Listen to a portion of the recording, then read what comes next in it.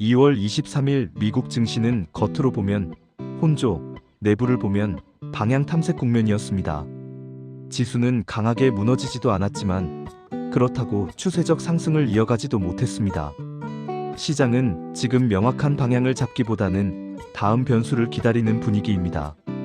어제 다우지수는 상대적으로 선방했고 S&P 500은 제한적인 등락을 보였으며 나스닥은 기술주 중심으로 변동성이 더 크게 나타났습니다.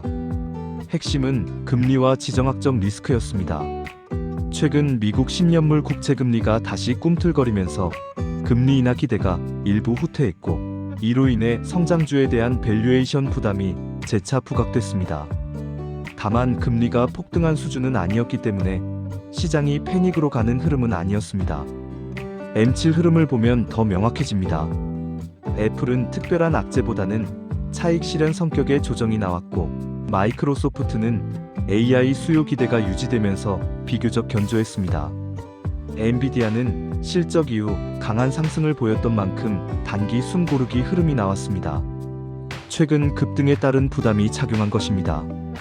아마존과 메타는 광고 및 클라우드 성장 기대가 유지되며 방어적 상승 또는 보합권 흐름을 보였고 테슬라는 변동성이 가장 컸습니다. 전기차 수요 둔화 우려와 가격 경쟁 심화 이슈가 다시 언급되면서 매수세가 강하게 붙지 못했습니다. 알파벳 역시 큰 방향성 없이 금리 영향을 받는 모습이었습니다. 결국 어제 시장의 핵심은 AI는 살아있지만 금리가 발목을 잡는다였습니다. 투자자들은 AI 성장 스토리를 여전히 신뢰하고 있지만 금리 인하 시점이 뒤로 밀릴 경우 현재의 높은 밸류에이션을 계속 정당화할 수 있을지에 대한 고민이 커지고 있습니다. 여기에 지정학적 긴장이 다시 시장의 변수가 되고 있습니다. 중동 지역에서의 군사적 긴장 고조와 러시아 우크라이나 전선 불안이 완전히 해소되지 않은 상황입니다. 에너지 공급 리스크가 다시 부각될 경우 유가가 상승 압력을 받을 수 있고 이는 곧 인플레이션 제자극 요인으로 연결됩니다.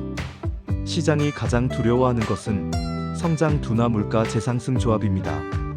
스태그플레이션 가능성은 낮지만 그 가능성이 조금이라도 언급되는 순간 시장은 민감하게 반응합니다. 또 하나 중요한 부분은 대선 국면입니다. 트럼프 전 대통령 관련 정책 발언과 관세 이슈가 다시 언론에 오르내리면서 무역 불확실성이 일부 반영되고 있습니다. 보호무역 기조가 강화될 경우 글로벌 공급망과 반도체 자동차 섹터에 영향을 줄 수 있기 때문입니다. 아직 정책 확정 단계는 아니지만 시장은 미리 프리미엄 또는 디스카운트를 반영하려는 움직임을 보이고 있습니다. 그렇다면 앞으로의 시장은 어떻게 전개될까요? 단기적으로는 금리가 가장 중요합니다. 10년물 금리가 안정된다면 AI 중심의 기술주 랠리는 재개될 가능성이 높습니다.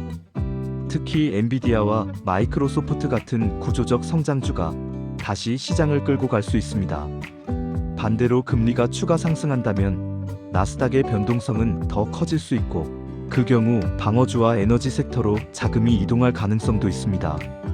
지정학적 긴장은 당장 지수를 무너뜨릴 수준은 아니지만 유가가 급등하는 순간 상황은 달라질 수 있습니다.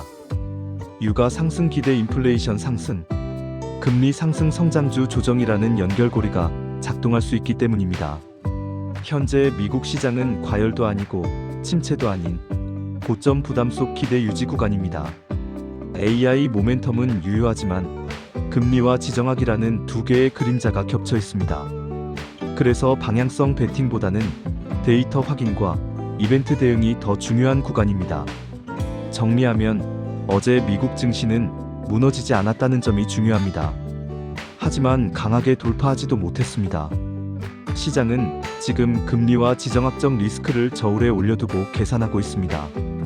그리고 그 균형이 깨지는 순간 다음 추세가 결정될 가능성이 높습니다. 지금은 낙관도 비관도 아닌 냉정함이 필요한 구간입니다.